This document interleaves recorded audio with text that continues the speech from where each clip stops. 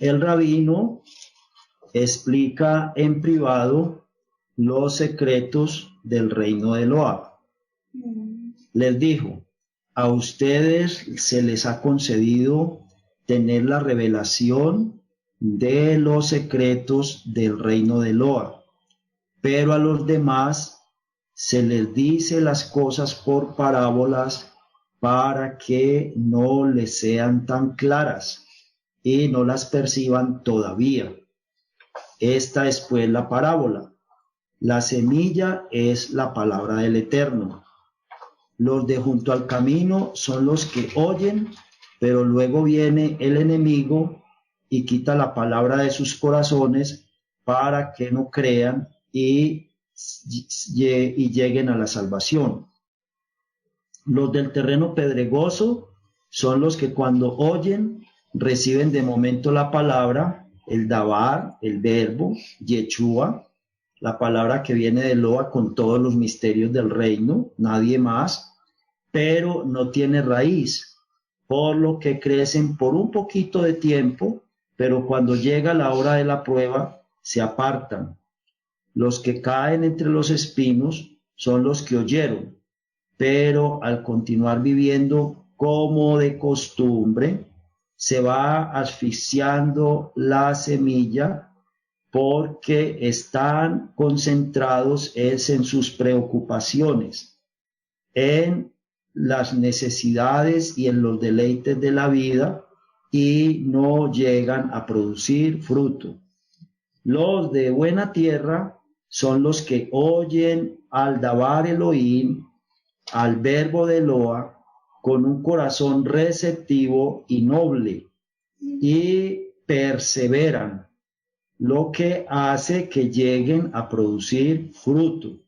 Ahora bien, nadie que enciende una lámpara, la cubre con una vasija o la pone debajo de un mueble, sino sobre un candelero para los que entran, vean por medio de la luz, porque nada hay oculto que no llegue a ser manifiesto, ni que se haga en secreto que no haya de ser expuesto con toda seguridad y a la vista de todos.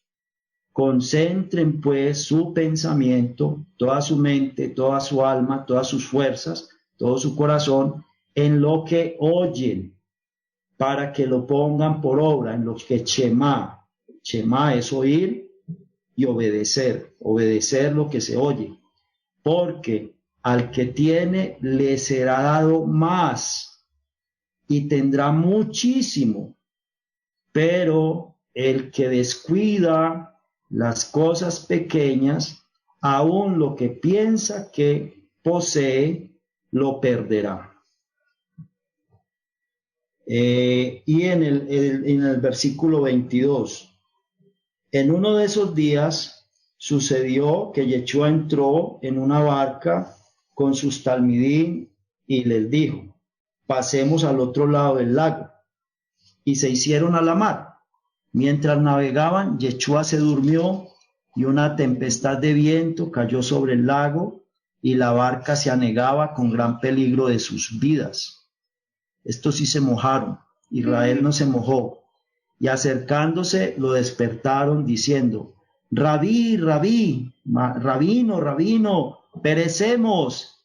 Y él, despertando, le dio órdenes al viento y a las aguas encrespadas, y se calmaron. Se hizo inmediatamente grande chalón, grande bonanza. Entonces les dijo: ¿dónde está su confianza en Eloa? Y aterrorizados se maravillaban, diciendo unos a otros: ¿quién es este que le da instrucciones, le da mandamientos, incluso al viento y hasta las aguas, y ellos le obedecen? Devarim Hashem, Barujú Baruchemo, venidos como lengua común. como lengua, como decir hoy el inglés, porque eran venidos, leemos ahí, de todas las provincias de Roma, y cada uno hablaba su propio idioma, o sea, eran judíos y no hablaban hebreo, cada uno hablaba su propio idioma, y su propio idioma era el idioma del lugar de donde provenían. Y se podían entender un poquito con algunos rezos, con algunos cantos en hebreo, porque eso sí estarían acostumbrados en sus sinagogas. Y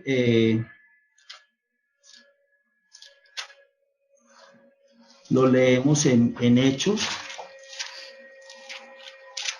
Debió haber habido algunos conversos entre toda esa cantidad de judíos, pues ahí no debió haber habido gentiles inconversos, aparte como de los funcionarios romanos, que eran los que estaban apoderados, con los que estaban colonizando a Israel, y pues muchos o algunos griegos, romanos, que de años atrás se habrían instalado en Israel, muchos de ellos respetuosos de estas tradiciones, de estas costumbres, de este pueblo, de su Eloa, de su templo, de su religión. Entonces, prácticamente Israel, las autoridades, los dirigentes hablaban hebreo, los que vivían en la tierra de Israel hablaban arameo, también se entendían en latín, en griego, y los que estaban dispersos por todo el mundo hablaban diferentes lenguas. Entonces, en el capítulo 2 de Hechos, dice, moraban entonces, no era que vivían allí instalados, sino que estaban como huéspedes, como viajeros, porque habían ido a la fiesta de Chabot. En Jerusalén, judíos, varones piadosos, o sea que eran personas observantes, eran personas temerosas de Eloa, celosas por la Torá y por las cosas de Eloa, y venían de todas las naciones debajo del cielo. Y hecho este estruendo, se juntó la multitud y estaban confusos, porque cada uno de toda esa multitud que había ahí, les escuchaba en su propia lengua. Entonces, si el Señor hubiera querido que solamente se hablara hebreo, Él no tiene ninguna limitación en que todo el mundo hubiera entendido en hebreo. Ninguna, absolutamente ninguna. Su poder no está limitado a ese tipo de cosas. Sin embargo, el Señor, el Espíritu Santo, dispuso que cada uno entienda en su propia lengua. Entonces, en su propia lengua debió haber habido palabras refiriéndose a Jesús, o a Yeshua, o a Cristo, como le dijera cada uno en su lengua. Y en su propia lengua, cada uno oyó Yahvé, Jehová, Dios, Elohim, bueno, cada uno oyó en su propia lengua, no en hebreo. Y esto es obra del Espíritu Santo. Entonces no podemos hacer doctrinas gramaticales. No podemos hacer doctrinas gramaticales. Eso no quiere decir que el hebreo no sea un referente especial, no sea una fuente de entrar en una profundidad espiritual y una comprensión y una ampliación y un crecimiento. Pero el entendimiento se puede tener de los principios básicos, cada uno en su propia lengua. Y nosotros hoy en día tenemos que la Biblia está traducida como casi a 3.000 idiomas, dialectos, papiamentos de las tribus indígenas, africanas, aquí mismo en Colombia, al español, al inglés, al francés, y esa fue una lucha de los reformadores que ellos querían que el pueblo pudiera entender la palabra de Eloa, cada uno en su propia lengua. Ellos estaban haciendo algo que había sido original para el pueblo de Israel y llevado a cabo, fue un hecho llevado a cabo directamente por el Espíritu Santo, por el Ruach Kodesh. Entonces le podemos decir Ruach Kodesh, le podemos decir Espíritu Santo, le podemos decir Holy Spirit, en cualquier idioma como se diga. Lo importante es reconocer a quién nos estamos dirigiendo y la reverencia, el honor, la adoración que se merece. Entonces no es la palabra en sí que se use, y el Señor nos dice que va a haber un momento cuando todos tendremos pureza de labios. Él es el que va a dar esa pureza de labios. Y estaban impresionados y maravillados, estaban pasmados, porque todo lo entendieron y lo entendieron en su lengua.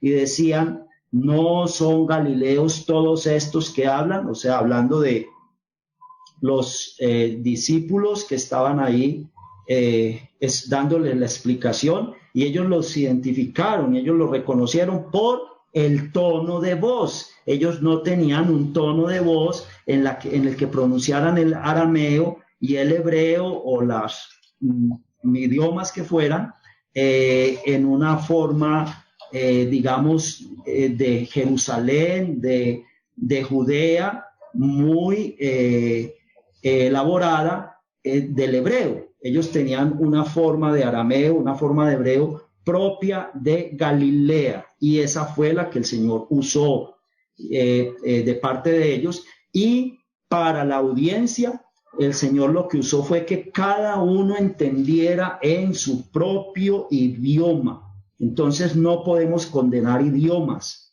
ni tampoco podemos decir que hay que hablar en un solo idioma, porque si no se habla en ese idioma, no es santo, Dios no oye, no se está haciendo la oración como es, se está usando un idioma profano.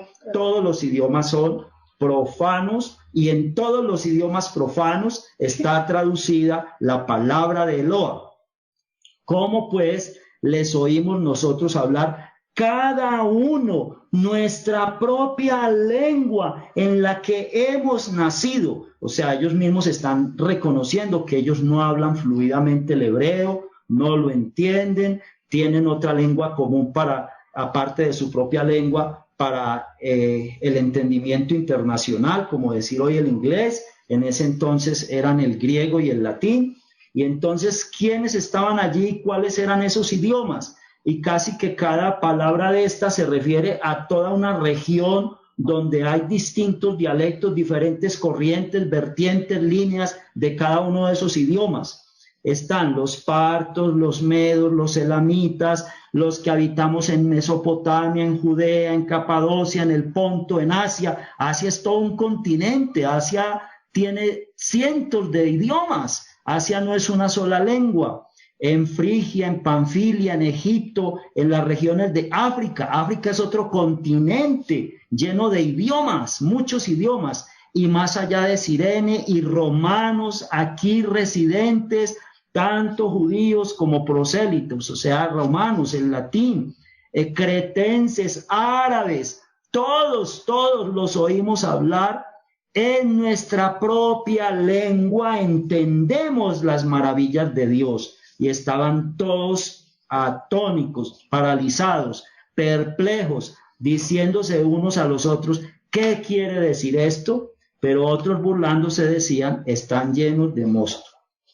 Entonces esto descalifica completamente las pretensiones de tantas religiones que dicen, ay, solamente se puede hablar en sánscrito, porque sánscrito es la lengua santa y solo en sánscrito esa energía poderosa que es la que derivamos, de donde somos chispas y a donde vamos a volver, solo nos va a recibir en sánscrito, y en sánscrito es la manera de adorar, de alabar, y es la lengua pura y es la lengua original de la que derivan todas las lenguas de la tierra. Y otros decían, no, eso se tiene que hacer es en griego, y en griego hay que adorar a los dioses, y en griego hay que hacerle las fiestas, y todo el mundo tiene que aprender griego. Y después a nosotros nos dijeron, no, tiene que ser en la lengua de Roma, tiene que ser en latín, y la Biblia tiene que ser en latín, y los rezos tienen que ser en latín, porque el latín es la lengua santa, es la lengua con la que a Dios se adora. Entonces todas las religiones han tenido esta misma pretensión, esta misma vanidad, este mismo orgullo, este mismo ego, y entran en competencia y en enfrentamiento unas con otras, porque es la mía y la otra es la mía y la otra soy yo y la otra soy yo. Una absoluta guerra, una absoluta Babilonia de naturaleza humana, de ego, de orgullo, de, ¿cómo se dice? Cuando una persona es de engreimiento.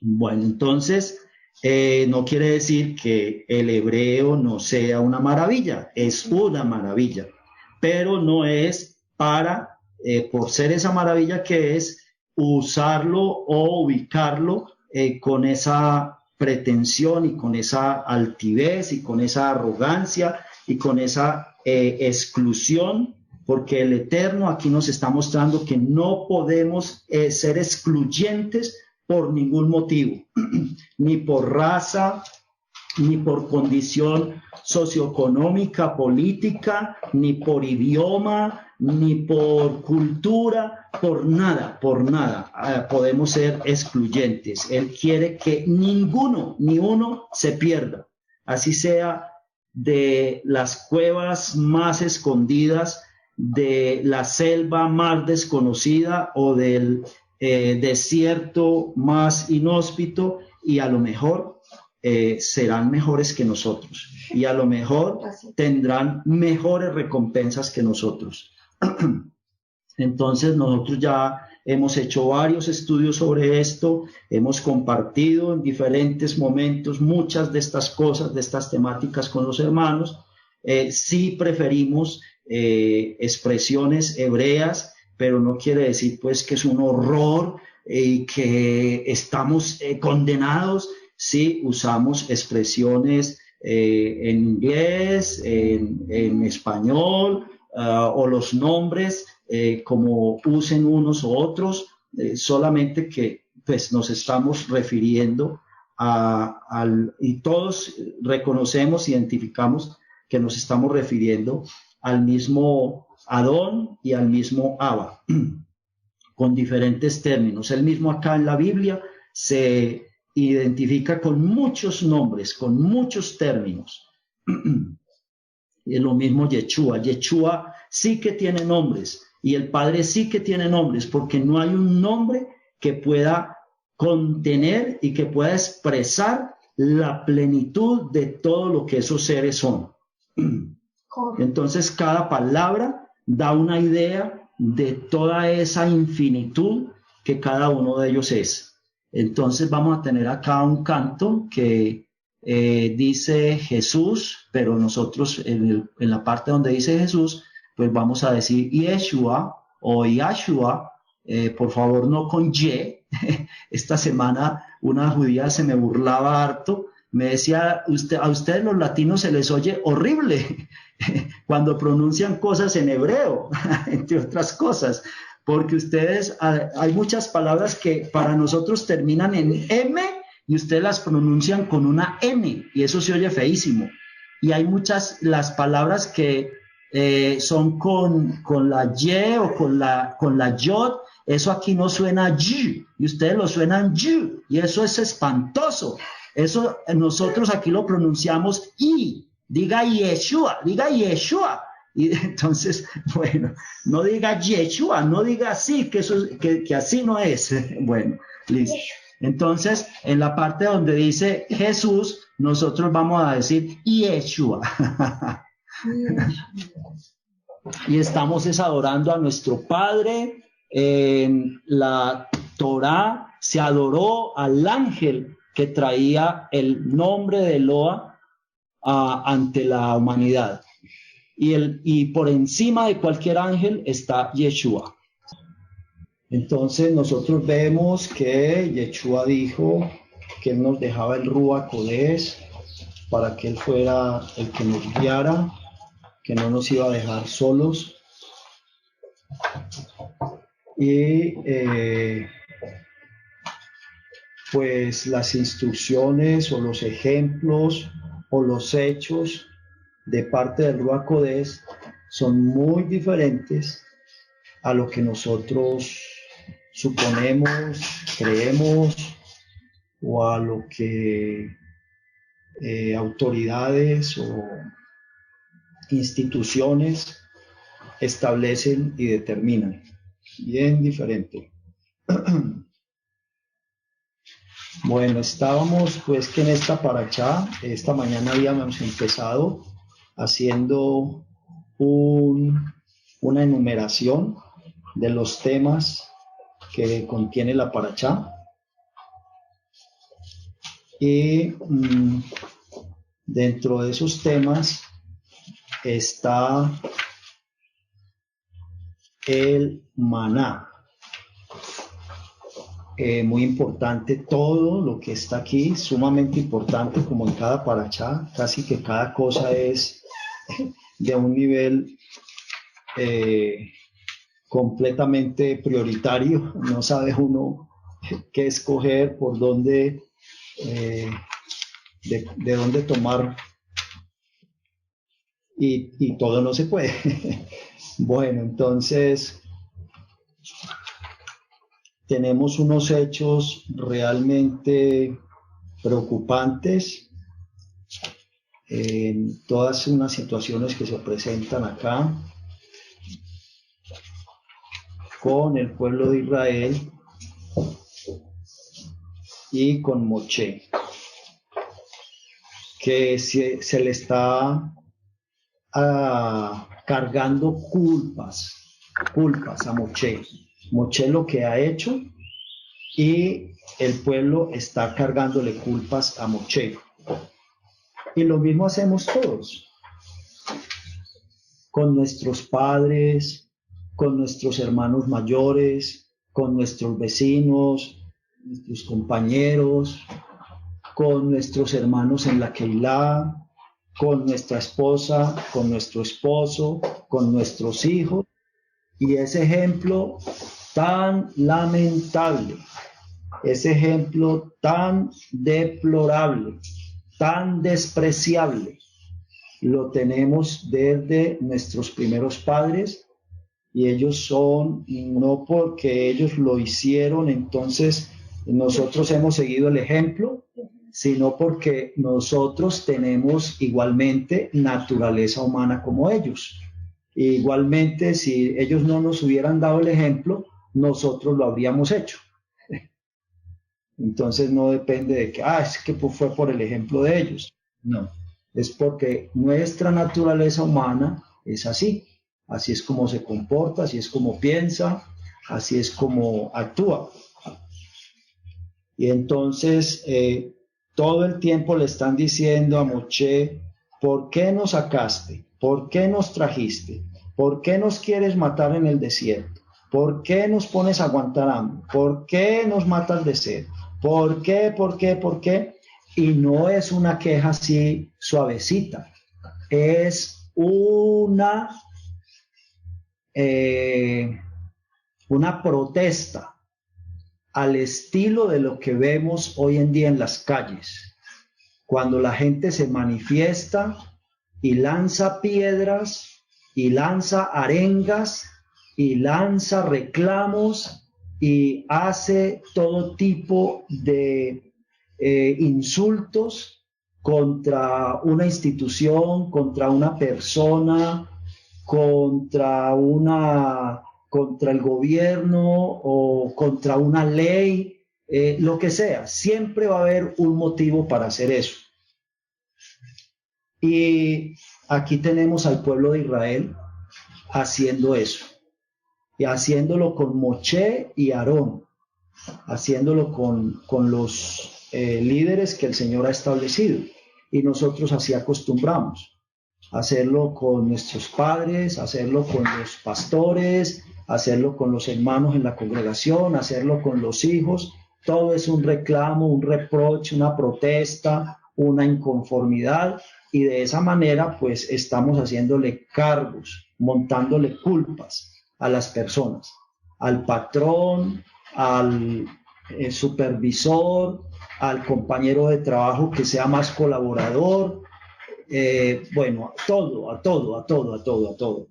Y sabemos que ese fue uno de los motivos por los cuales Israel se desenfocó de la mira espiritual que tenía que tener y perdió la tierra prometida. Perdió la tierra prometida. Entonces es gravísimo, gravísimo todos esos movimientos, todo lo que imprimen en el alma de las personas, y después de que eso está impreso ahí, no sale, eso no se borra, eso queda como cuando al ganado en una finca lo marcan con un hierro candente. Solo un milagro de Eloa por medio del Ruach Kodesz quita esa marca. Es una marca.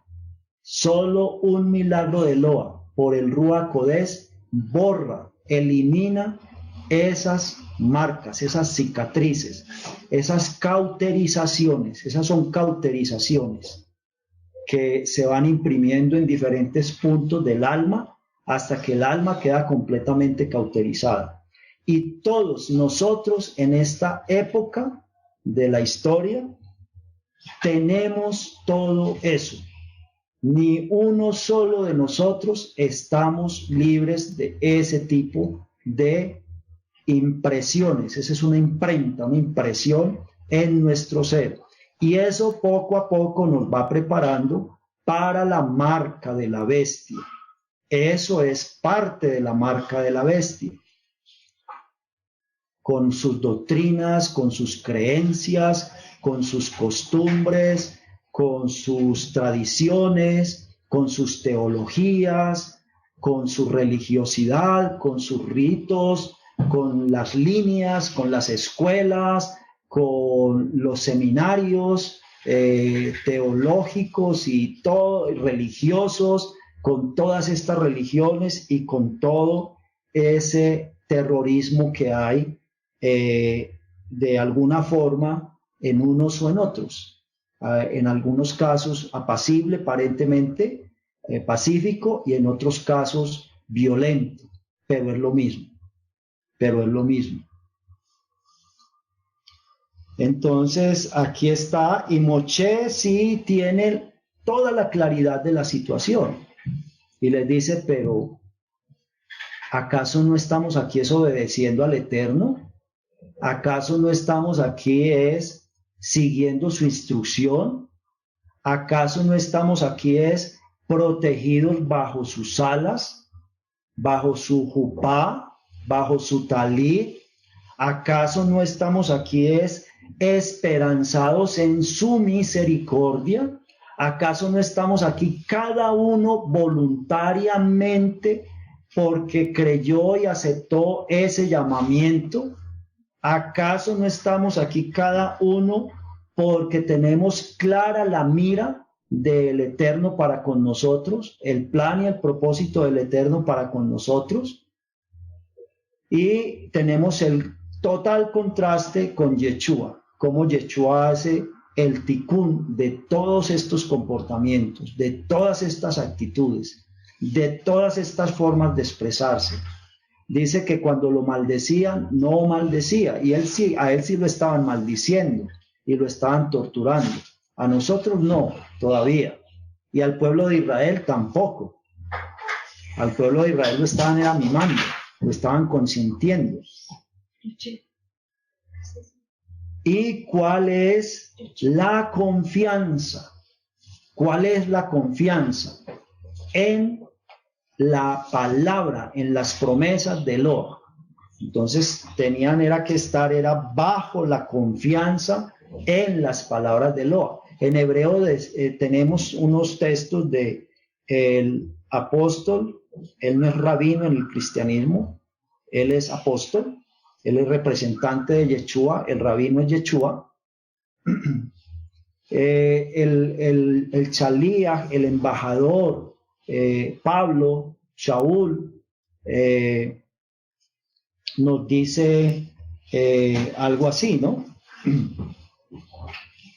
Entonces, estamos esperando en su bondad, en su misericordia, y confiados, y eso es fe, creerle a lo que Él prometió, y que Él es totalmente poderoso para cumplir esas promesas, así todo parezca en contra, y que imposible que se vayan a cumplir esas promesas. Y entre más imposible parezca, el Señor va a llevar a cabo su propósito y se va a ver más brillante, se va a ver más glorioso, se va a manifestar más la Kabod del Eterno. Y ahí los vemos cuando van por el desierto, y como se ha creído inicialmente en esa instrucción, en ese plan del Eterno, empieza a verse esa gloria en esa nube que va adelante, dándoles refresco y dándoles guía, y en el día y en la noche es ese fuego de luz, la Kabod. Ya nosotros también hicimos un estudio que eso no se llama la Shekinah. Shekinah no es una palabra bíblica de la Escritura, no aparece en ninguna parte en el texto bíblico la palabra Shekinah. La palabra Shekinah es una palabra cabalística, y dentro de los términos cabalísticos y en relación con otra cantidad de movimientos ocultistas de diferentes líneas, de diferentes tendencias, eso tiene un significado bien lamentable, que pues en su momento hicimos el estudio, y no es un término para ser usado dentro del contexto bíblico, ni en los creyentes que seamos guiados por el Ruach HaKodesh. Una cosa es el Ruach HaKodesh, una cosa es la Kabod del Eterno, y otra cosa muy distinta que nos quieren hacer creer que es la misma es la Shekinah. Es otra cosa, completamente errónea, completamente lejos de todo esto. Y ahorita están sacando unas versiones hebreas donde están incluyendo, en vez de la gloria del Eterno, la Kabod del Eterno, o cuando el Eterno se presentaba en el Beit Hamikdash o en el Mishkan, con la palabra Shekinah. Porque eso hacemos los seres humanos. Lo que no tiene sustento escritural, miramos a ver no cómo lo corregimos con la escritura, sino a ver cómo alteramos la escritura para seguir justificando nuestras torpezas, nuestras locuras, nuestras equivocaciones. Y aquí está el pueblo de Israel, justificando su torpeza, su locura, y teniendo heridas y agonía por la situación por la que están pasando, y cómo están buscándole supuestamente la solución a esto, el remedio a esto, insultando a Moshe, despreciándolo, que dice ahí Moshe, me van a acabar a piedra aquí, esta gente. Y les dice esta gente, no les dice mi pueblo ni el pueblo de Eloa, sino esta gente, me van a acabar aquí a piedra. Bueno, terrorífico todo eso. Eso somos todos nosotros. Sabemos que el pueblo de Israel es un representativo de la humanidad, como nuestros padres Adán y Java. Y ahí estamos en esa situación, Adán y Java, el uno echándole la culpa al otro, no es que la serpiente, no es que la mujer, no es que esto y esto. Y lo mismo tenemos con Abraham. Abraham le dice la mujer, vaya, tenga un hijo con Agar. Ah, bueno, él va y tiene el hijo con Agar, y ahí no hay culpas, ahí no hay reclamos, ahí no hay cargos, juicios, condenas, no hay nada. Pero cuando Sara dice, es que estamos aquí en una pelea, Agar y yo, porque ella sí está en gestación y yo no, y estamos aquí que nos humillamos la una a la otra y nos tiramos la una a la otra, puños y insultos y quién sabe, y mala cara, y hasta, no sé, jalones de pelo por ahí, no sé cuántas eran las cosas que había ahí. Entonces va y le trae el problema a Abraham. Abraham, mire, hay este problema, resuelva esto. Y entonces el hombre ahí sí se sale del medio muy irresponsablemente y escudándose de la responsabilidad que él tenía sobre esa situación. Y le dice, no, pero es que esa no es la sierva mía, ahí sí no es sierva de él, ahí sí no tiene nada que ver Sara con lo que le está solicitando. Antes sí estaba bien lo que le solicitaban, y antes sí estaba bien allegarse a la sierva, pero ahora ya esa no es sierva mía, y eso que ustedes armaron, ustedes verán cómo lo desenredan. Encárguese usted de su sierva, mire a ver qué hace usted con su sierva. Entonces, ¿qué está haciendo ahí Adán? Desconociendo su error, desconociendo su equivocación, y por lo tanto no se responsabiliza de darle una respuesta a la situación. ¿Cuál es la respuesta que da? Ustedes son las desenredo, o sea, la culpa la pone en ellas. Ustedes son las desenredo, y usted, que es la jefe, mire a ver cómo resuelve eso. Como quien dice, yo no tengo nada que ver en esto, yo no soy el culpable, yo no soy el responsable, las responsables son ustedes, arreglen ustedes. Lo mismo que cuando el Señor le hace el reclamo a Adán, le pide cuentas. Entonces el Señor le dice a Adán, ¿y esto qué pasó? No, Señor, esto aquí a mí no me vaya a echar culpas de nada, eso es la mujer que usted me puso ahí al pie, ahí es donde está el problema, y usted fue el que me colocó ese problema ahí. Entonces, los seres humanos somos así. Todos, de una forma o de otra. Nos estamos saliendo de la situación cuando vemos que tenemos la culpa, cuando vemos que tenemos la responsabilidad, y estamos siempre tratando de cargarle esa culpa y ese juicio a otros.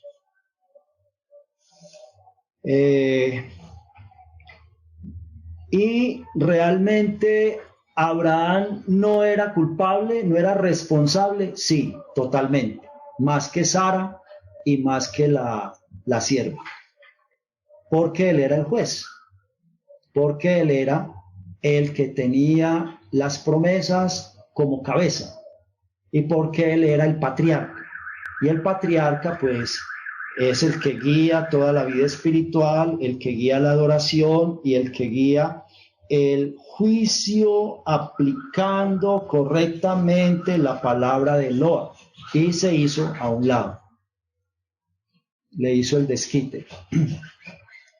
Lo mismo con Adán. Entonces, como nos dice la escritura, la mujer lo que hizo fue por engaño, porque fue engañada, porque fue seducida.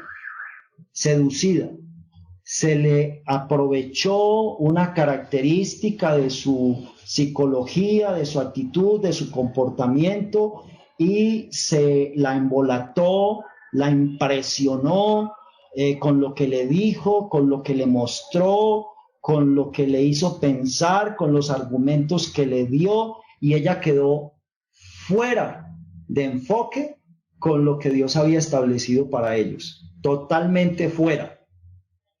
Y al quedar completamente fuera, pues tomó una decisión equivocada. Pecó.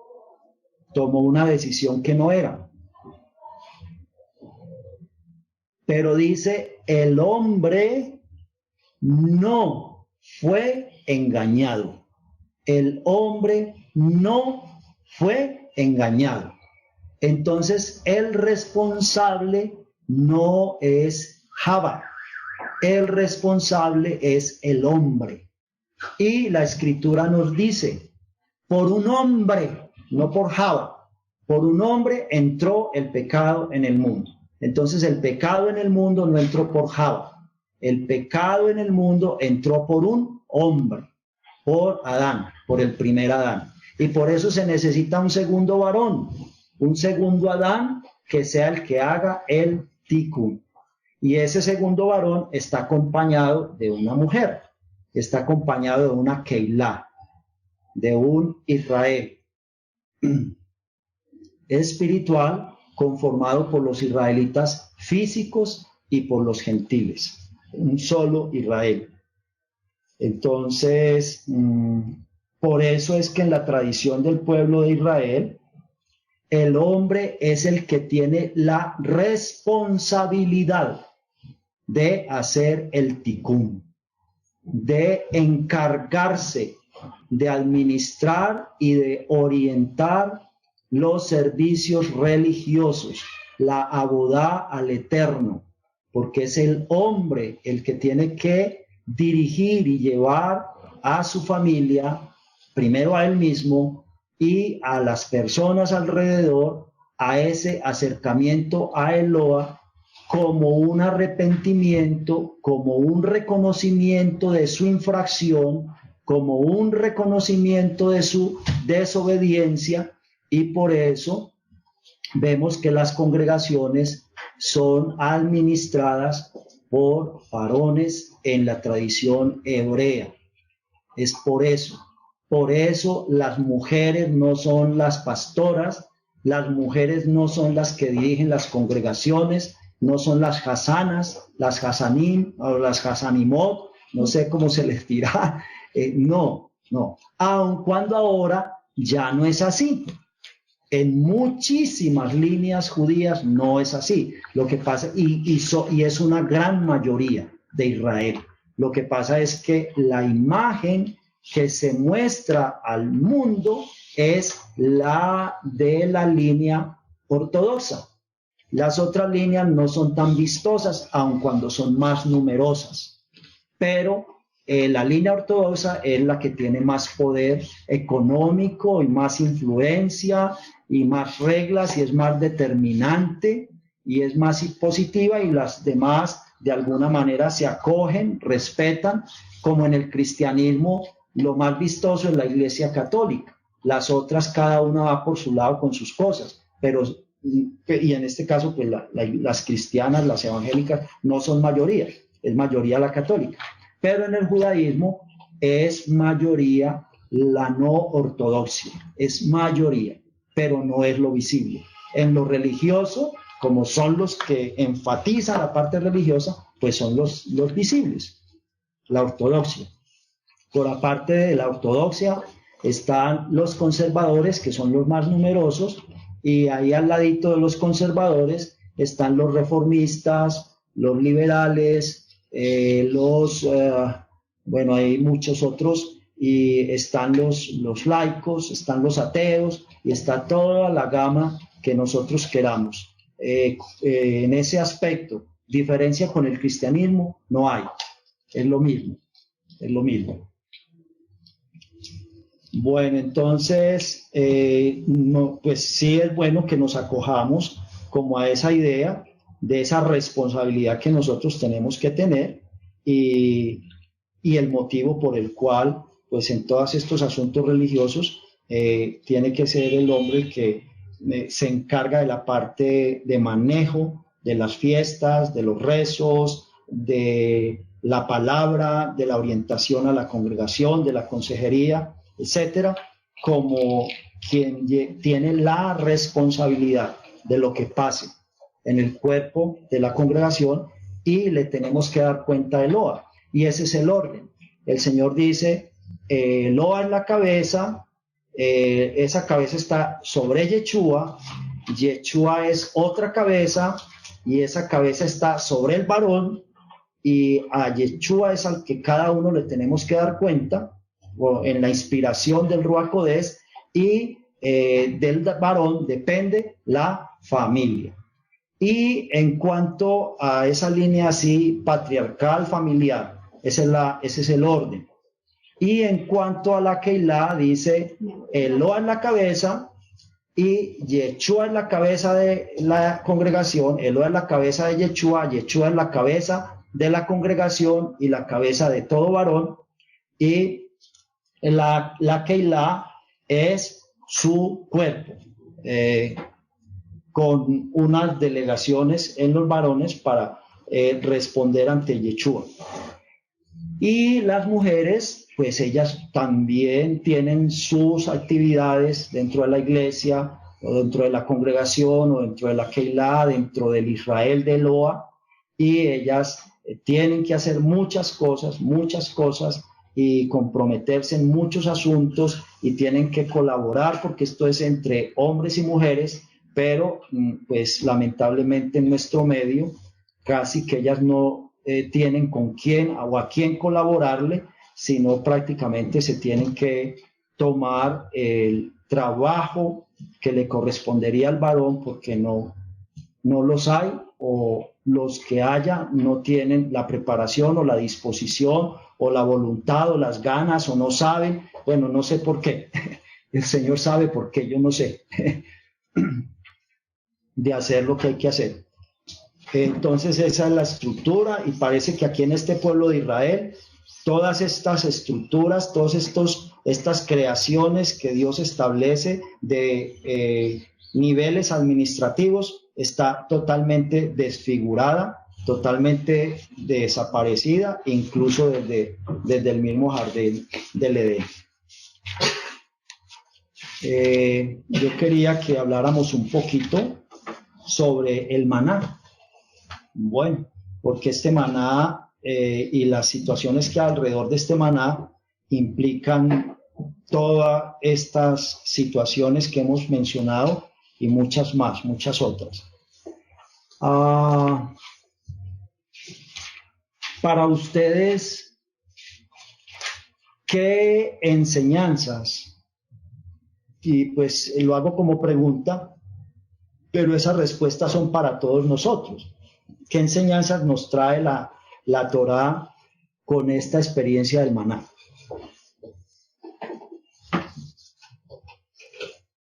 ¿Quién nos quiere empezar a hacer algún comentario de lo que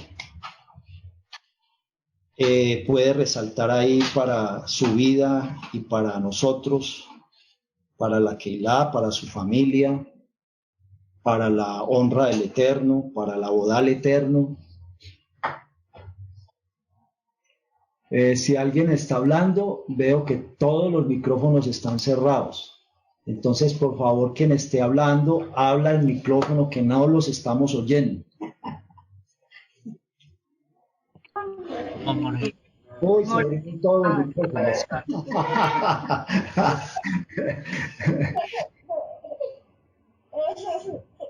Entonces, lo primero que todo Está bien, que se ríe también. Hermano Eduardo. el maná representa a Yeshua, ¿no?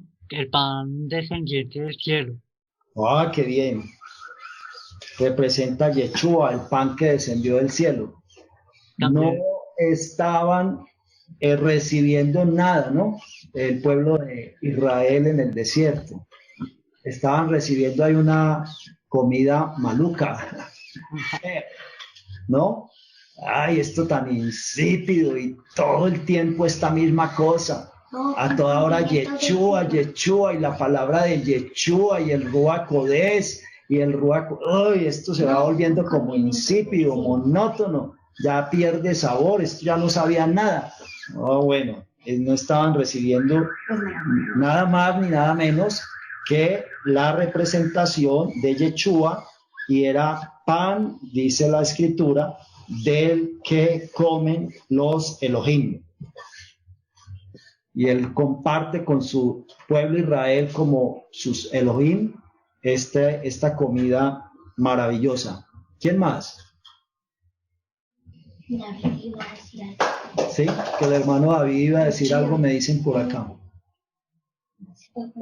Iba a hablar mi mamá, pero pues con lo que dijo mi tío, asimismo pienso que debemos comer de Yeshua hasta el momento que entremos al reino, así como dice que ellos en la paracha dice que comieron hasta que entraron a la tierra prometida.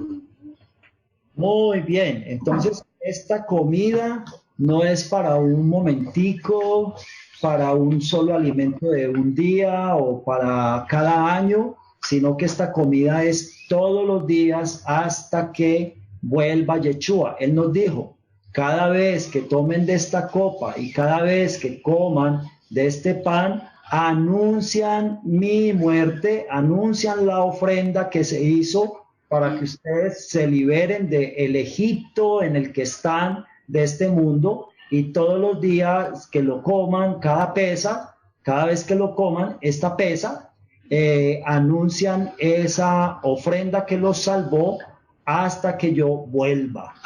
Y les hago una promesa, que yo no voy a volver a celebrar esta pesa hasta que regrese y lo haga con ustedes todos juntos en el reino de Eloa. O sea que la pesa que celebró Yeshua es la pesa que se va a seguir celebrando en el reino de Eloa. Muy bien. ¿Qué más? ¿Quién más? More, aquí en el versículo 16:4, la parte final, dice, para que yo lo pruebe si andan en mi Torah o no.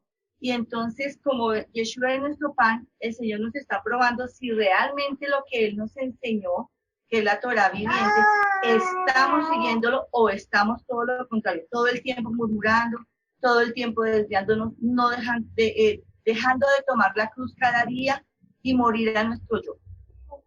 Toda, muy bien. Dice, este pan es para probarlos. O sea que a la vez que es una bendición, que es una salvación, que es una ofrenda para justificarnos y para perdonar nuestra pena de muerte, para indultarnos. Una cosa es ser indultados, otra cosa es ser justificados de la culpa, pero pues ambas cosas van juntas. Es para probarnos si andan en mi Torah o no. Yeshua ya nos lo dijo. No es mi discípulo el que me dice Señor, Señor, el que tiene muchas doctrinas, mucho conocimiento, el que hace muchos rituales, muchas celebraciones, con muchas, digamos, con muchos, ¿qué diríamos? Seders o sidurín establecidos de cierta forma rígida o preestablecidos. No, dice, mi discípulo es el que hace la voluntad del que me envió, el que obedece mi Torah, no la Torah de cualquier rabino, con cualquier espíritu. Es la Torah que yo les doy con mi espíritu que les dejo para que Él los guíe. El que obedece eso, ese es mi discípulo, y ahí estamos siendo probados. Entonces es una bendición ser probados, no es un perjuicio, es un beneficio, porque de esta manera tenemos la oportunidad de demostrar qué hay en nuestro corazón para que el Eterno se apiade de nosotros y nos ayude a enderezar lo que hay que enderezar y a abundar, a completar y abundar en lo que Él tenga que hacer, porque nos quiere creciendo, nos quiere perfeccionando hasta que Yeshua, o sea, la Torá, sea formada en nosotros. Lo que estábamos diciendo ahorita de esas marcas, y el Señor quiere que nosotros no nos dejemos llenar de esas marcas. Él quiere que nosotros nos llenemos de la escritura de su Torá en el corazón y en la mente. Y eso era lo que les iba a decir de Rab Shaul, el rabino, él no es rabino, del apóstol Shaul, que se nos llega a un punto donde tenemos tantas marcas de esas que se nos cauteriza la conciencia y ya no hay por dónde escribir algo de la Torá. A ver, mi hermana Edith, por favor, toda. Yo quiero hacer un paralelo como entre la obediencia de Moshe y la desobediencia, o sea, lo que es seguir instrucciones, lo que es apegarse a las instrucciones que el Padre da, cumplirlas y ver cómo esa obediencia da fruto agradable al Padre. En contraposición, digamos, como por ejemplo a Saúl que se le ordenaron algunas pautas para que que ejecutara las órdenes que el padre había dado, como era exterminar a Amalek, y él no lo hizo, y Saúl murió a manos de Amalek. O sea, sí, por su propia espada, pero el que lo remató fue una amalequita. También vemos cómo la desobediencia de Shlomo, del rey Salomón, ocasionó la división del reino por no haber sido fiel a la palabra, a las escrituras, a lo que está escrito, de que no tendrás dioses. Bueno, esa fue una, digamos, de sus fallas más grandes, y fue haberle hecho un altar a cada dios de cada esposa que él tuvo, cómo su corazón se dejó seducir por eso, y cómo el corazón de Moshe no se dejó seducir por nada de eso, conduciendo a los hijos de Israel hasta esa entrada del mar, y cómo él sí pudo tener esa autoridad, porque no tenía, digamos, como que esas puertas abiertas o esas brechas, y cómo él sí pudo levantar esa vara y el mar obedeció. Entonces, digamos que la obediencia trae pues esa autoridad, y esa desobediencia pues digamos que arruina los planes del Eterno o estorba lo que Él quiere hacer con nosotros. Oh, toda. Bueno, sí, grave toda esa actitud nuestra. Todos hemos hecho todo eso y lo seguimos haciendo.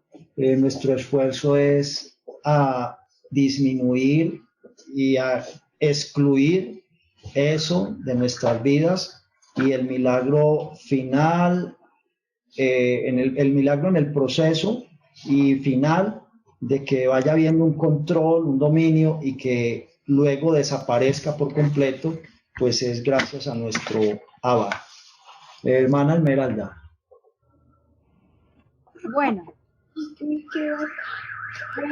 hablando del maná moré, recordemos que el pueblo tenía hambre. Entonces el pueblo comienza, como usted estaba hablando en la introducción, a culpar a Moshe. Nos has traído aquí para que aguantemos hambre, ¿cierto? Entonces así somos con el Abba, somos tan lindos, es que son preciosos. Y el Abba en su bondad sabe que nosotros necesitamos de un alimento más que físico, porque nos da el físico, necesitamos de un alimento espiritual. Y el Padre quería acercarse a Israel en el desierto a través de esa relación espiritual, pero también de esa relación física por medio del maná. Ocurre, Moré y amaditos, que mi corazón lo siento, mi alma, el maná mi Padre lo entregó para que conforme a la condición de cada hijo de Israel, fuera carnal, fuera espiritual, él pudiera satisfacer su alma degustando ese maná. Si él quería creer que el maná le sabía a carne, el maná le iba a saber a carne. Si él quería degustar el maná como si fuera pescado, pues ustedes saben que el maná tenía ese poder. De igual manera, el Señor alimentó a su pueblo y le permitió a su pueblo que degustara de su alimento, pero el pueblo nunca fue agradecido. El pueblo no valoró lo que el Abacados descendió del cielo, porque el Padre quería llenarlos. ¿Cómo sería el poder de ese maná? Que no había neces, que no había evacuación. Ese maná se nutría tanto el cuerpo que el pueblo no iba a hacer sus necesidades. Allá no había necesidades, allá no había que evacuar, o sea, no había cochinada, porque lo que ellos comían era kadosh, era algo precioso.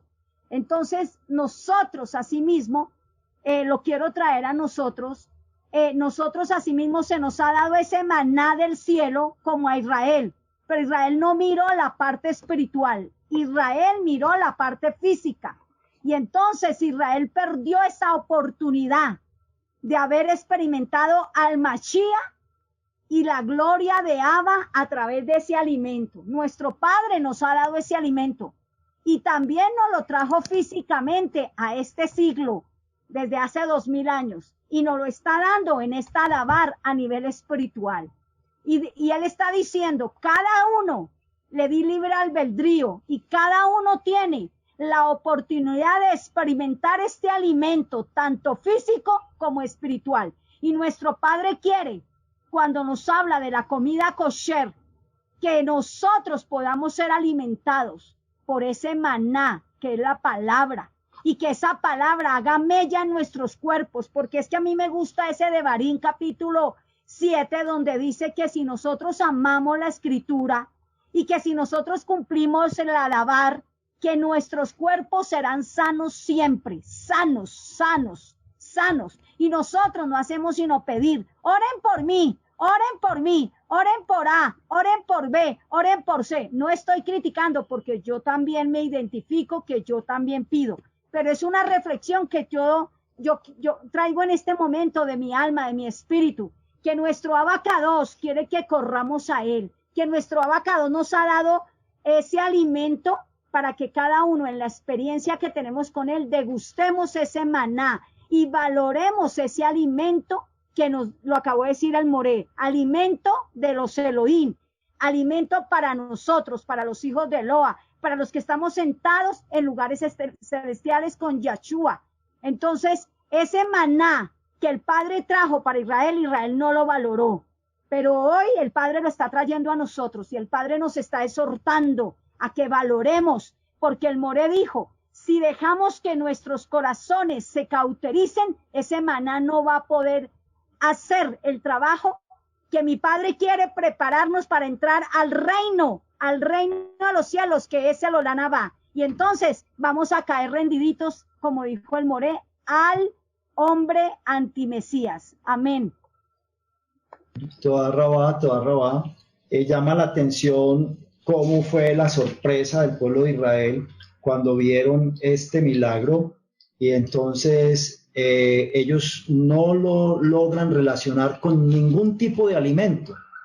Para ellos lo ven y para ellos eso no parece ni pan, ni parece colada, ni parece sopa, ni parece carne, eso no parece nada a lo que sea alimento.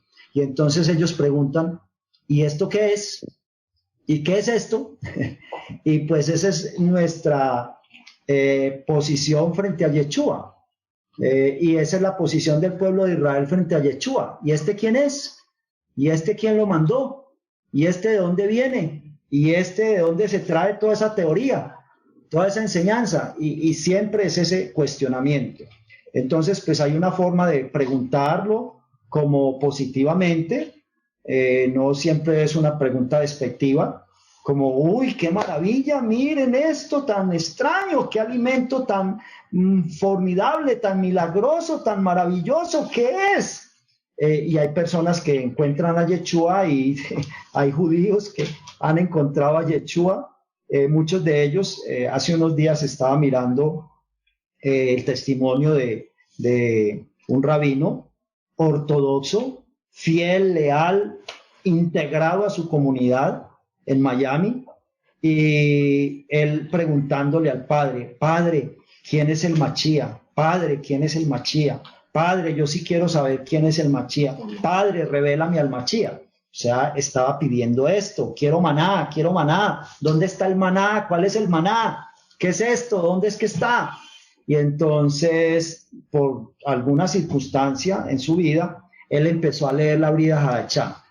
Y cuando empezó a leer la Brida Hadachá dijo, ¿pero qué es esto? Si aquí está, si esto no es otra cosa que la misma Torá, que el mismo Tanakh hebreo puesto en estos otros Yehudí que escribieron todo este material, que escribieron, que tuvieron todas estas experiencias, y aquí todo lo que yo encuentro es traído de los profetas, es traído de la Torá, y con algunas aclaraciones, con algunas explicaciones y con toda una cantidad de cumplimiento en Yeshua. Este es, el Señor me lo mostró. Y él mismo dice que a él nadie lo evangelizó, que a él nadie le había hablado de los cristianos, ni de Jesús, ni de nada. Dice, Eloa mismo me dio la respuesta. Y como él no era identificado en la congregación como creyente en Yeshua, entonces él dijo, me voy ya para Israel de misionero. En Israel llaman misioneros a los que enseñan a Yeshua. Me voy ya para Israel de misionero.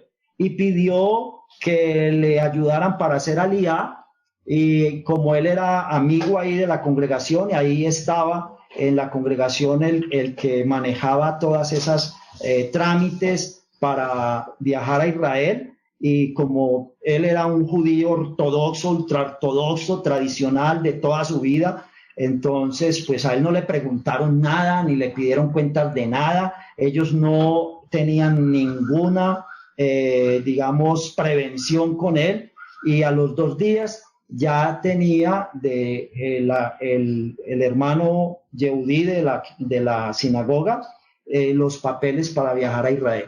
Y llegó a Israel y inmediatamente organizó una Keilah mesiánica. Y él le predica a los mismos rabinos. Entonces le preguntaban en una entrevista que le hacían, ¿y usted cómo le predica a los rabinos? Y dijo, no, yo no les explico nada, ni les digo nada. Yo solamente les hago preguntas. Esa es la técnica de ellos, hacer preguntas. Entonces, como yo soy rabino, pues yo tengo la misma técnica. Entonces yo les hago preguntas, y en las preguntas que les hago, ellos quedan enredados en las respuestas que quieren rebuscar, no las logran sustentar en la escritura, se van para el Talmud, para la Mishnah, se enredan más, y finalmente ha habido muchos que quedan con la conclusión de que ¿dónde es que estamos parados? ¿En qué es que estamos? ¿Qué es lo que está pasando? Y ellos mismos quedan con la intriga, con la preocupación y como con la tarea de que le tienen que preguntar al Señor y pedirle respuestas al Señor, y muchos de ellos han venido a él reconociendo a Yeshua. Mi hermana Clarita, por favor. Clara Duque. Sí, More, no, es que estaba pensando yo, pero usted ya me respondió lo de Yeshua que vino y fue repudiado como ese mismo maná, ¿no? Igual en el 16:29, creo que es que dice que ese segundo maná que nosotros tenemos que preparar desde el viernes al sábado Ese segundo maná viene también en el Olá Nabá, porque nosotros tenemos la responsabilidad no solamente de pensar ahorita, sino para pensar para después y dejar esa porción de maná, que es esa porción de Yeshua, aquí en la tierra, y lo aprendí hace muy poco lastimosamente, que es para nuestros hijos, para nuestras familias, pero también no siendo egoístas, para todo el universo, para todo el que se encuentre al lado de uno. Entonces, es ese maná repartido, es ese maná partido para todos, porque es que esto no es solamente exclusivo de nuestro Santo Padre, ni para unos pocos, sino para todos, para que nadie tenga hambre ahora. Para llegar al Olá Nabá quiere decir la salvación, la redención a través de Yeshua, y que el que no quiera comer de ese maná, pues simplemente no lo va a tener ni ahora ni después. Toda, sí, muy. Ok, toda. Nosotros hemos estado teniendo esta semana de la historia de la humanidad desde nuestros primeros padres hasta que venga Yeshua.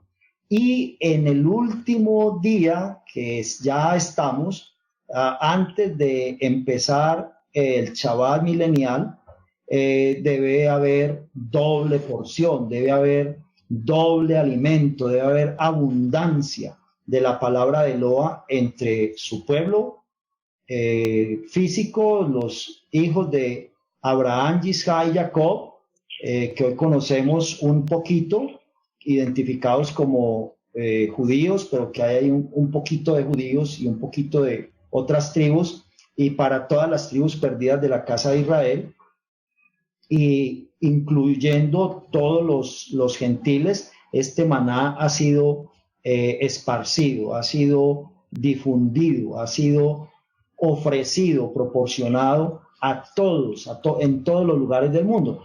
Ahí es donde Yeshua dice, y se dará a conocer esta noticia del Olá Nabá a todas las naciones para testimonio.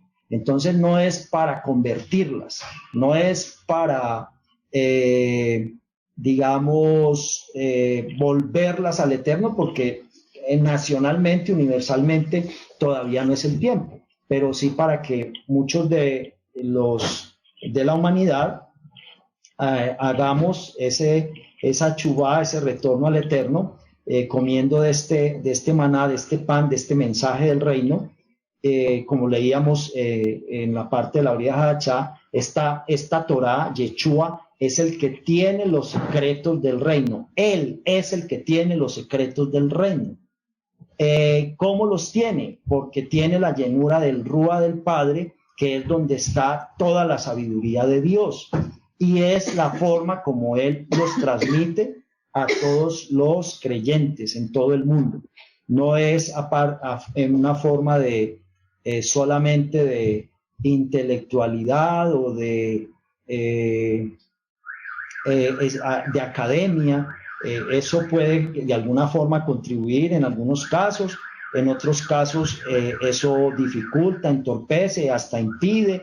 Bueno, no, eso cumple diferentes propósitos en cada quien. No hay un propósito único en esos aspectos. Y entonces, muy bien, estamos acá en este momento acercándonos a los finales. Estamos terminando la noche del sexto día de la semana, y está próximo a empezar el amanecer del séptimo día de la semana, y vamos a llegar con esa abundancia de este pan, si fuere posible, y si no es posible, nos vamos a encontrar con Yeshua, que Él sí nos va a proporcionar más allá de la doble porción. Entonces vamos en camino allá, así se nos dificulte, como Yeshua ya nos dijo, se nos va a acabar el aceite por descuido, nos vamos a desentender, o vamos a tener el aceite pero vamos a estar dormidos, y entonces probablemente no estamos preparando la doble porción, ni siquiera la porción individual del sexto día, muy probablemente. Estamos muy relajados, muy desentendidos, muy desprevenidos, muy poco esforzados. Nos vamos todos a quedar dormidos, pero por misericordia del Señor vamos a llegar allá cuando amanezca el séptimo día y vamos a encontrar ese maná en abundancia para la eternidad, no solamente para 1000 años, para todos los que les corresponda vivir como seres humanos en el milenio, sino para la eternidad, a quienes corresponda vivir ese milenio y de ahí en adelante para siempre, ya glorificados como Él mismo.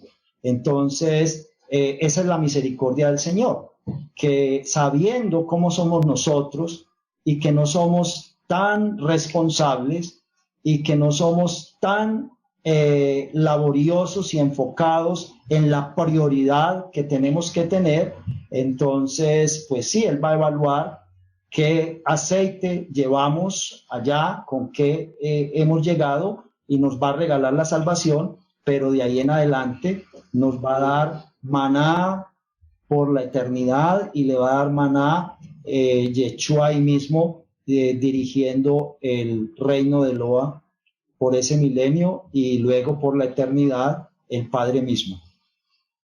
Toda Rabá, muy bien. La hermana Clarita tiene una mano. La hermana Clarita Cajamarca. Sí. Hola, More. Con respecto a la pregunta que hizo, ¿qué enseñanza nos trae la Torá con la experiencia del maná? Deseo compartir en 1 Corintios capítulo 10, versículo 3, y todos comieron el mismo alimento espiritual. Entonces esto me recuerda a que el aire está disponible para todos, ¿sí? Por eso tenemos la facultad, por eso estamos vivos y en este momento por eso este pequeño remanente está aquí, delante de la presencia del Señor, porque nos ha dado el aire. Y este alimento espiritual, con parte de lo que compartió la hermana Esmeralda, es que yo lo asocio con esta forma.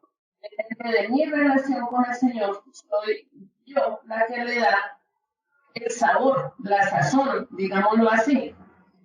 Pero esa palabra, ese maná, perdón, es la Torá. Y en Deuteronomio 30, de los versículos 10 al 15, dice que su palabra no está en los cielos ni está en el mar, sino que está cerca de nosotros, ¿sí? Está la palabra en nuestra boca y en nuestro corazón. Lo mismo dice Romanos 10, 8 al 10. Cerca de ti está la palabra en tu boca y en tu corazón. Esta es la palabra de fe que digamos. Boca que vas el Señor y en tu corazón que Él le levantó de los muertos y será salvo. Porque con el corazón se cree para la justicia, pero con la boca se confiesa para salvación. Y en Juan 6, versículos de 44 al 51, dice Yeshua que Él es el pan vivo bajado del cielo. Dice el versículo 50, este es el pan que desciende del cielo para que el que de él come no muera. Yo soy el pan vivo que descendió del cielo. Si alguno come de este pan, vivirá para siempre. Y el pan que yo daré es como mi carne, la cual yo daré por la vida del mundo. Y el Señor ha puesto delante de nosotros la vida y el bien, la muerte y el mal. Entonces depende de mí de qué quiero alimentarme. Si del maná de vida eterna que lleva a vida, o si deseo alimentarme de las algarrobas del alimento que se asignó para los cerdos. Entonces, esa es la reflexión que quería compartir con respecto a mi vida. Soy amor. Toda Rabá. Si no coméis mi carne y si no bebéis mi sangre, no tendréis vida en vosotros. Y el que come mi carne y bebe mi sangre, yo lo resucitaré en el último día. Todo esto que hemos hablado en esta reflexión, en este estudio, en este compartir de ideas, de los distintos puntos que hemos mencionado en la Parashá, creo que para todos nosotros es claro, es muy entendible que todo se está refiriendo a Pesaj. Todo es parte de esa preparación a Pesaj. Y pues a nuestra vida diaria, a nuestro compromiso, al pacto, a la salvación, al llamamiento, al reino de Dios, al testimonio que debemos dar, a lo que está por venir, todo lo que va a pasar.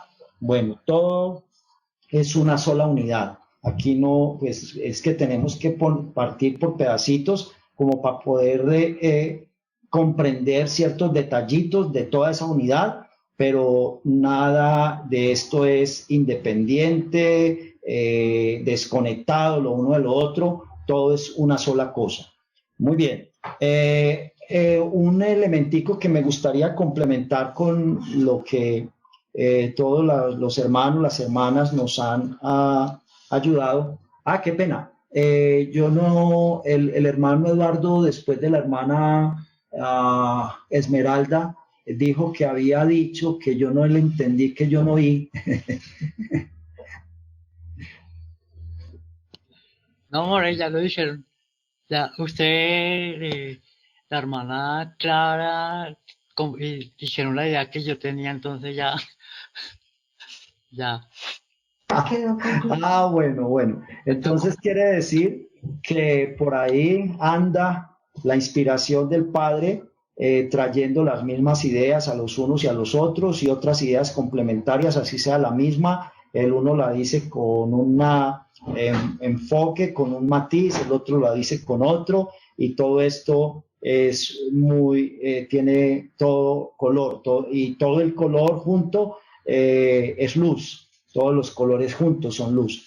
Bueno, entonces teníamos esta otra ideita. ¿Para qué más sirve el maná? El maná sirve para todo lo que ya hemos comentado acá, las hermanas, los hermanos han comentado, maravilloso, pero sirve para mostrarnos el reposo, para mostrarnos el Shabbat. Ese es otro de las funciones, otro de los propósitos que cumple el maná, mostrarnos el Shabbat. Entonces el Señor, mire todo lo que aprovecha acá. Tienen hambre de las cosas físicas, orgánicas, materiales, pero también hay un hambre espiritual y ellos están confundidos y están enfocados en el hambre física, en el hambre material, y no logran dilucidar el hambre espiritual. Y el hambre espiritual se va a resolver plenamente ahora con unas arras, o sea, con un adelanto de la promesa, un adelanto del cumplimiento del pacto, pero se va a resolver plenamente con el cumplimiento del pacto. ¿Y dónde está ese cumplimiento del pacto? En el Olam Abba. ¿Y qué es el Olam Abba? El Shabbat, ese día que no tiene anochecer y amanecer, y dice, y terminó el séptimo día y empezó el día siguiente, el día primero de la nueva semana. Eso no existe expresado así en la semana de la creación.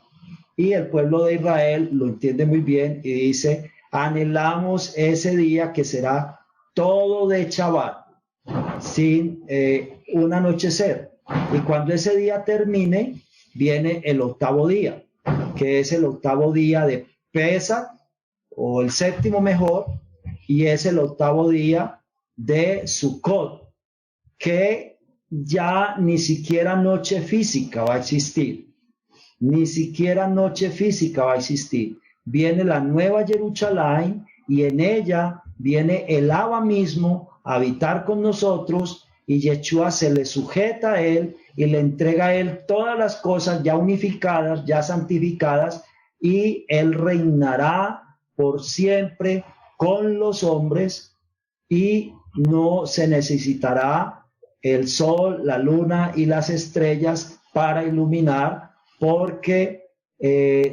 todos los hombres ya glorificados andaremos a la luz del Padre, y Yeshua será su lumbrera. Entonces, hacia eso apunta el maná, apunta hacia el Shabbat. Entonces, el otro propósito del maná es el Shabbat. Y sabemos pues, que el Shabbat no debe ser una carga.